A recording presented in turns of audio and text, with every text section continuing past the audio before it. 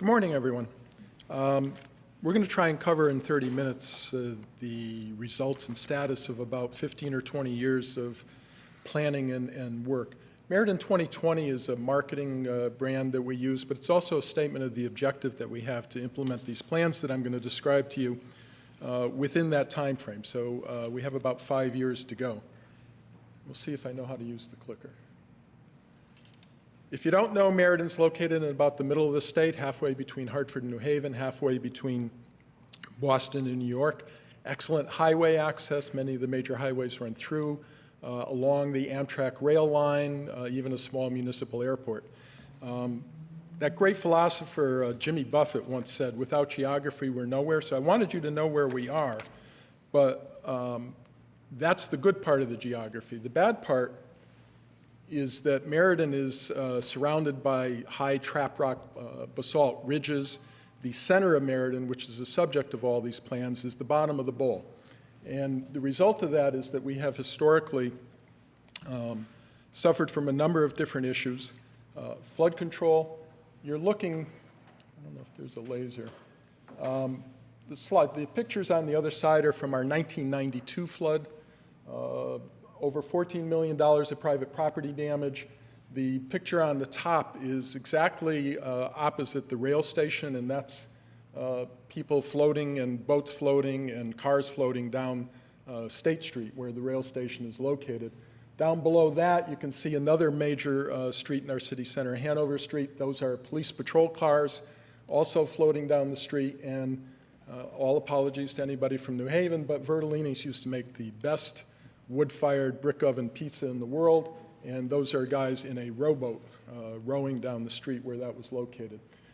On the very bottom, you can see a number of dates. We have had the 100-year flood, as most of you probably know, is that flood that has a 1% chance of happening every year, and on average happens once every 100 years. We have had 11 100-year floods in 160 years, and that really goes back to what I said about our geography and geology.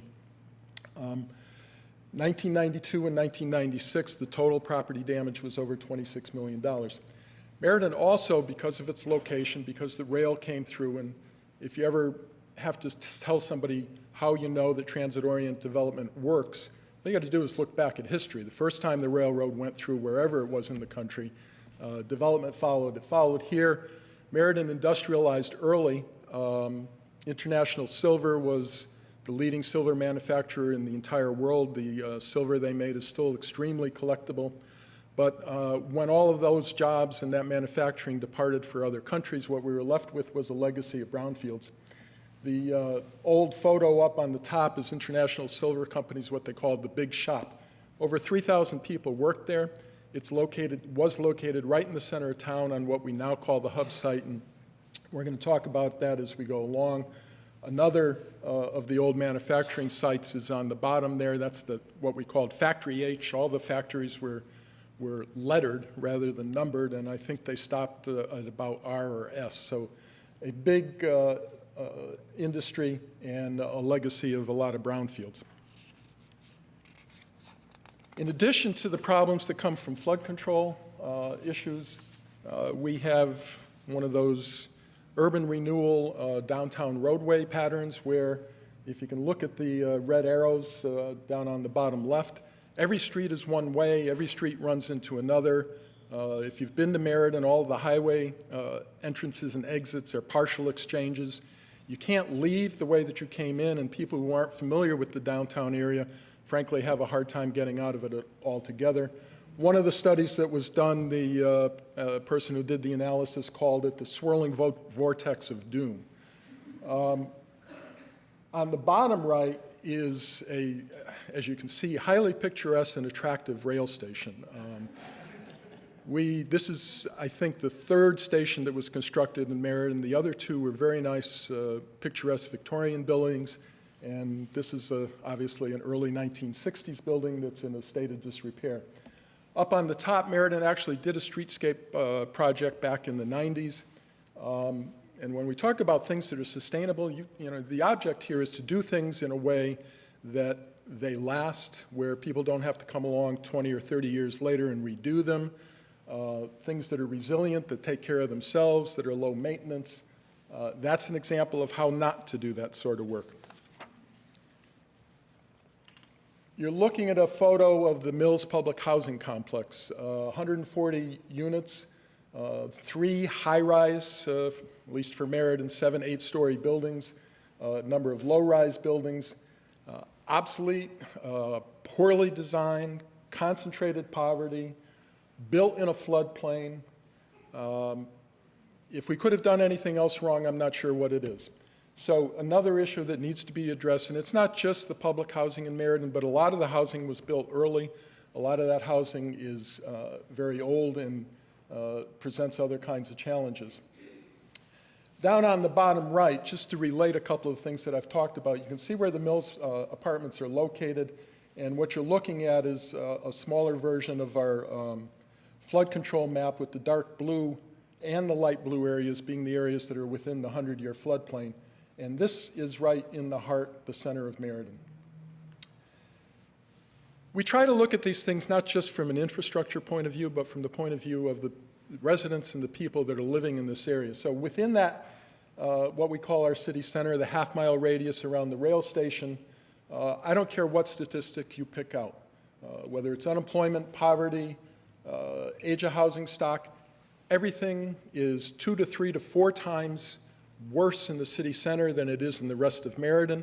And Meriden, on several of those statistics, as you can see, doesn't compare favorably to the state of Connecticut and even on the national level. So the object here is not just to address the infrastructure issues that need to be addressed and do those sorts of things, but to do it, again, in what we hope is going to be a sustainable fashion by addressing the needs of the people who live there and who we hope will continue to live there along with a growing population. Why do we have flooding? The city built a lot of bridges early on. Many of them cross Harper Brook, which is the main source of water in the community, running right through the center of town. In a high flood condition, the water hits those bridges, the openings are undersized, the water backs up and inundates the entire city center. It's probably people in the room that had problems with the last tropical storm. We haven't had a flood since 1996. By that 100-year average, we really shouldn't have one. I computed this once till the year 2965. By our average, we're actually 3 years overdue, and we came within, that's about a 1/4 inch. We came within a 1/4 inch, another half an hour of rain during the last tropical storm, and the city center would have been inundated again. So we have to replace the bridges. We have to build bridges with larger openings. Where we can't replace the bridges, like the Amtrak Railroad Bridge, which is replacement is like a $15 million project all by itself, and we obviously, if you've dealt with Amtrak ever, couldn't convince Amtrak to do that, and the state wasn't interested in doing that as part of the rail project. So we're building a bypass culvert there. We've built them at other places. We can't, I know there's lots of folks here from deep, we can't ship our flooding problem downstream to Wallingford and other towns. We have to contain the water within our own boundaries and have it released at the same rate, so we need to do detention. There's 2 points, one of which is exactly in the center of town. It's where that old International Silver Company factory originally was. The exact point from a hydrological basis that you need to detain water. And one other area where, frankly, in the past some housing was built in a wetlands area, and really what we're doing, and I say to people, I spend a lot of my time on doing things that were done in the last 30 or 40 years. We have to replace that detention up there. A major component of the plan, and trying to take advantage of the fact that we're on the new Hartford rail line, is what's going to happen on that hub site. We also have channel improvement work that needs to be done, and when we do get to the end of this, there'll still be some properties that either need to be flood-proofed or potentially acquired. This is one page of the map. It shows the upper reaches down towards the center of town. If you see this sort of larger blue area down towards the left bottom corner and above it, that's where that public housing project is. That's where the hub site is. It's where the rail station is. A little further down are some other sites, old Factory H site that we showed you a photo of and so forth.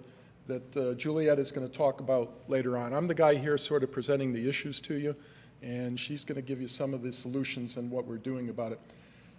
All of the blue is presently the 100-year floodplain.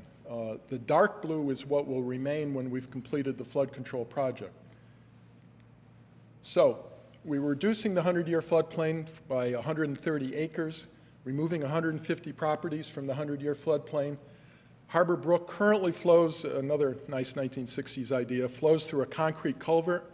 Again, to be sustainable, to be resilient, we've got to take that brook out of the culvert, not to mention the recreational opportunities it provides. We're doing that, so we're daylighting Harbor Brook.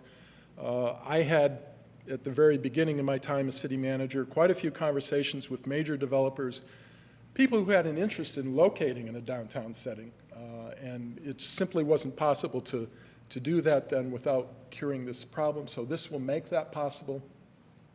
We're providing open space parkland. We're taking that detention area at the hub site, which will contain, for those who like stats, 53 acre-feet of water. That's 12 inches of water over a 53-acre area contained within there. We're turning the part of that serves for flood control into a park. We're going to show you some photos and what's happening there, and doing some other things that we need to do in order to actually have protection from future floods. At this point, I'm going to turn this over to Juliet, I think. We're not that coordinated this morning.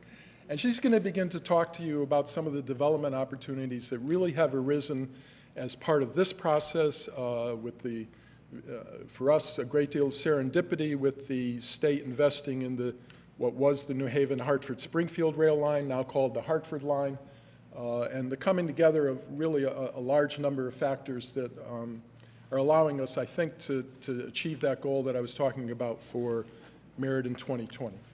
So, Juliet.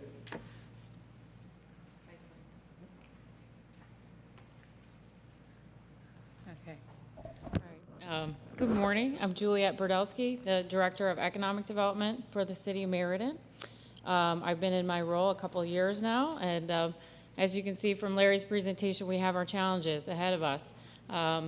We do economic development, of course, citywide, but the redevelopment of our downtown has been a key priority. And we're now poised, because of all these projects, for some real development, again, in downtown for the first time in over 4 decades. So it's pretty exciting. I have to say, we would not be in the position that we are in right now without this significant assistance from the state of Connecticut. The project really got started in 2007 with a grant to demolish buildings at the hub site, clear that site, and start a remediation effort.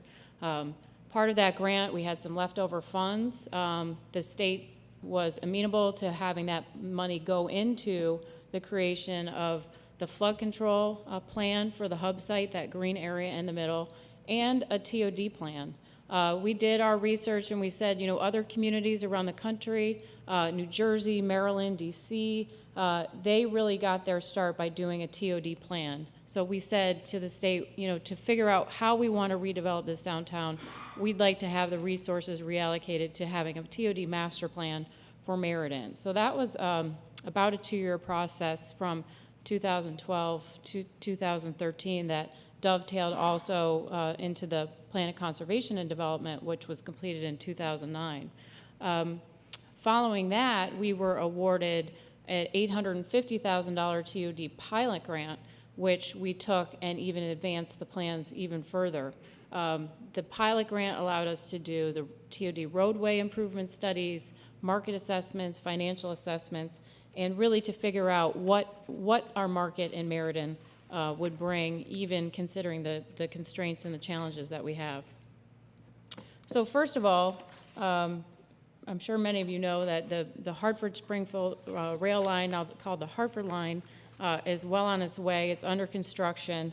We're poised to have a brand new station to replace that aging Amtrak station that you saw pictured earlier. It's a $20 million station. We're going to have, in addition to the existing Amtrak rail service, commuter rail service, hopefully at 20, 30-minute intervals, every day. what we've said and what our TOD plan found is that we really have an opportunity to capture the market for people that want to live near transit. That's what a TOD is.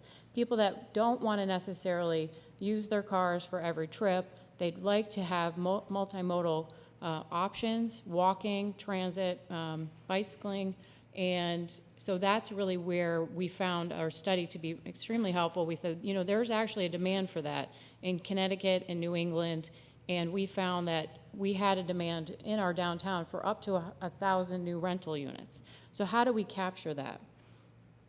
That's over 10 years.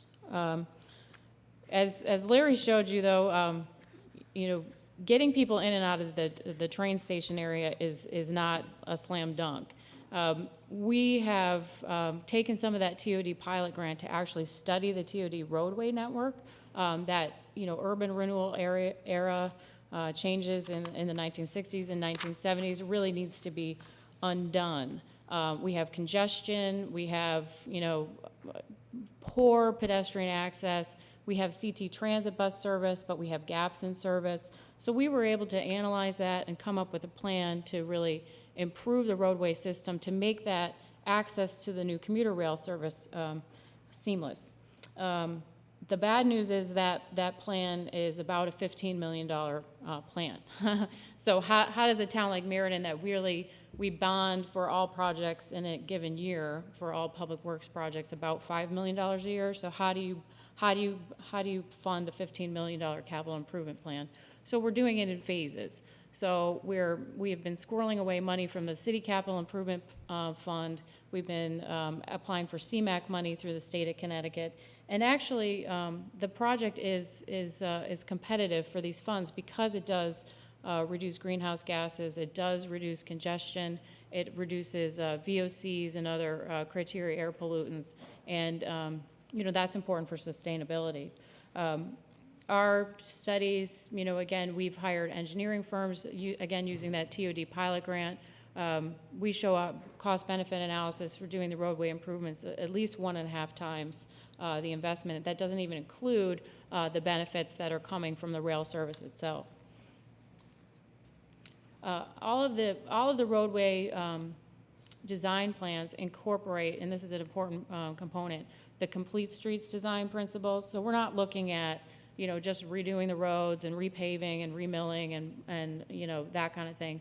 We're really looking at making sure that the roadway system itself has that multimodal access, pedestrian, bikeway, you know, crosswalks for pedestrians, curb cuts for accessibility, links to the regional trail system. So it is a comprehensive plan that includes complete streets and sustainability within it. So it's not just a vehicular system.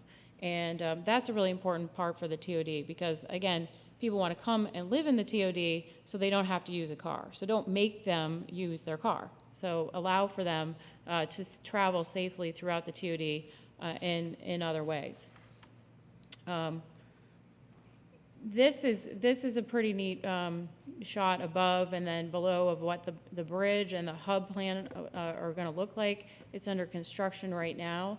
The hub site, which is that green, again, in the middle of our town, is right across the street from the train station. So we've designed the hub park to actually allow the connection through the park into the downtown, right to the train station and the parking and the bike areas and the train service. So it's a pretty neat design. But not only is it a neat design, the whole project, the TOD, the traffic improvements actually have real benefits in terms of energy savings, reduction in oil. We show, and I'm just going to throw out some stats here, just from our roadway improvement project, a reduced dependence on foreign oil by 22,000 gallons a year, reduced CO by 2.6 tons per year, reduced VOCs by 0.16 tons per year, and NO2 by 0.02 tons per year.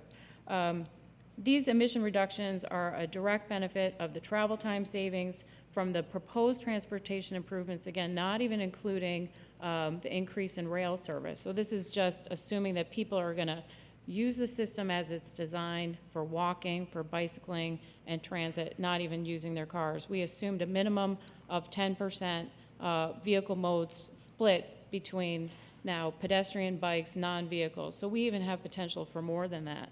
That was a conservative estimate.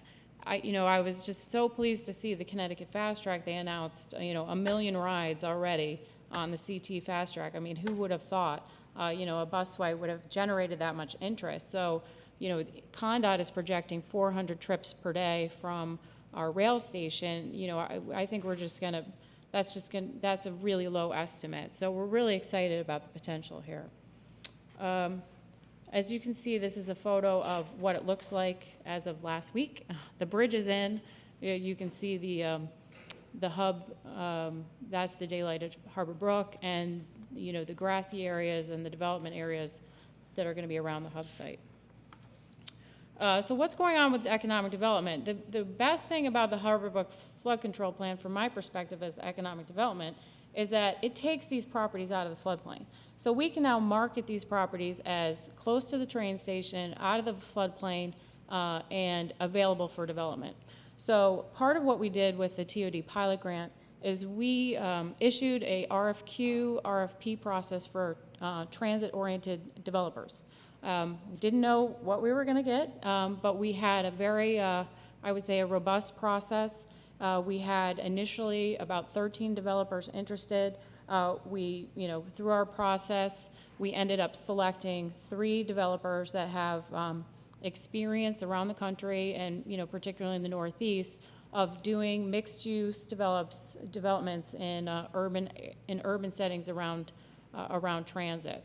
So our first project is really our signature project. That's the Penrose development at the hub site. They've proposed 223,000 square feet of new development. Again, this is a site that was underwater, just a couple decades ago.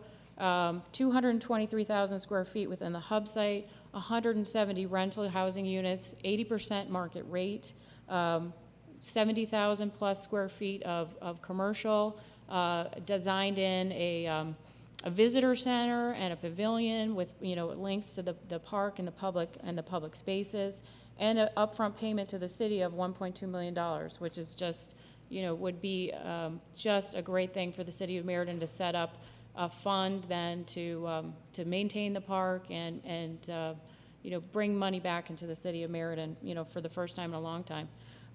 This project is $44 million in development costs.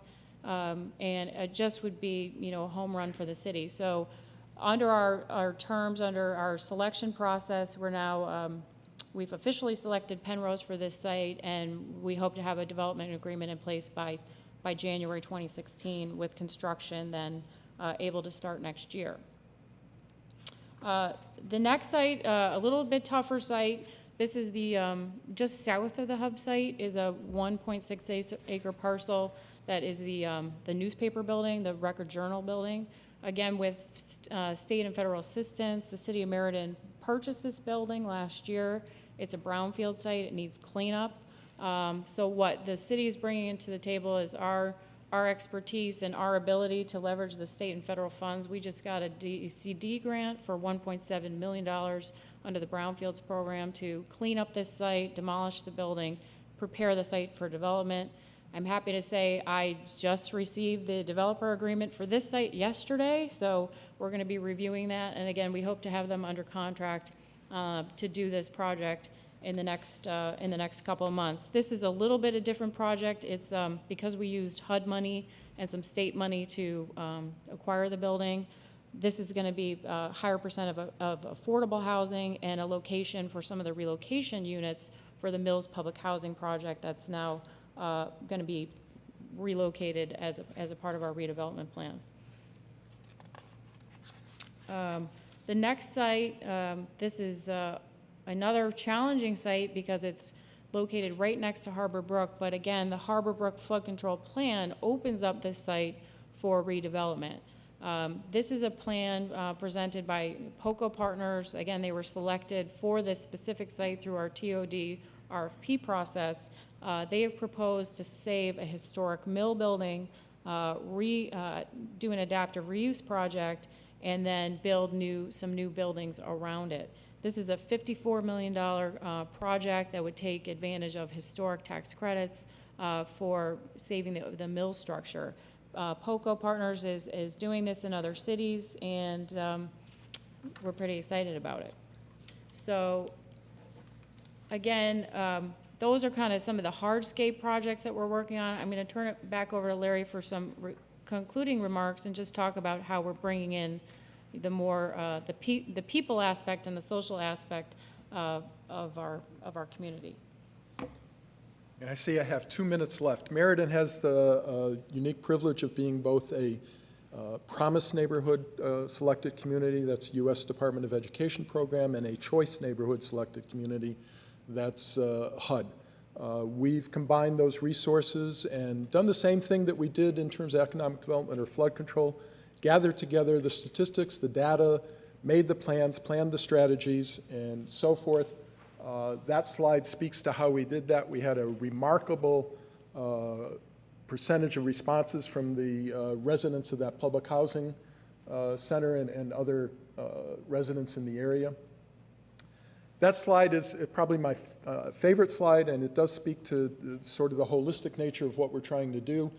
Public safety, education, infrastructure, housing, recreation, health, transportation, and development, particular strategies in each area. That slide really summarizes where we are now. Briefly, we're probably 60%, 70% through the flood control process, with other projects, components that are engineered, funded, to be underway soon, and still some more work to do. We have 36 acres of brownfields that are going to be remediated throughout this process. In addition to the projects that Juliet talked about, there's a project at 24 Colony Street, private developer, Meriden Housing Authority, state DOT, DECD. I don't know if Deep got in on that one. He probably were. HUD, a number of people working together. That project is underway now. A lot of the financing is out of the State Department of Housing, some tax credit financing through CHAFA. 63 units, 11,000 square feet commercial, wrapped around a 273 space parking garage that's part of the rail project. The rail station is under construction, and there are other projects yet. We went through several different analyses, as Juliet said. Each iteration was more specific and more developed. We hired a firm which uses economic modeling out of Rutgers University. Those are some of the stats on what this is supposed to produce. As you can see, the numbers, at least for a town like Meriden, are very large. Jobs, economic development, taxes, everything that we're looking for. And that's the end of the presentation. Thank you very much. How'd I do? A little bit over.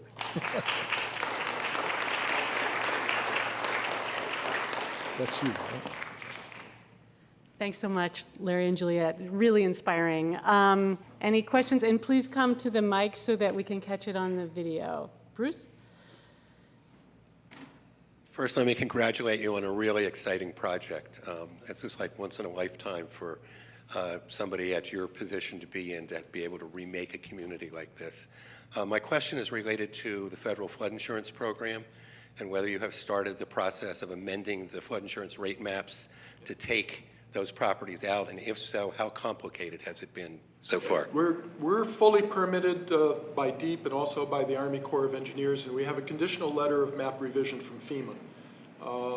That was a complicated process, designing the flood control plan itself and doing it, frankly, without all of the dikes and other things that the Army Corps wanted us to do.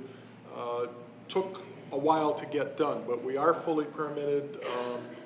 It was interesting to be on the other side of the regulatory process, and we had to have some fairly intense discussions at the beginning in order to really get people to understand that we were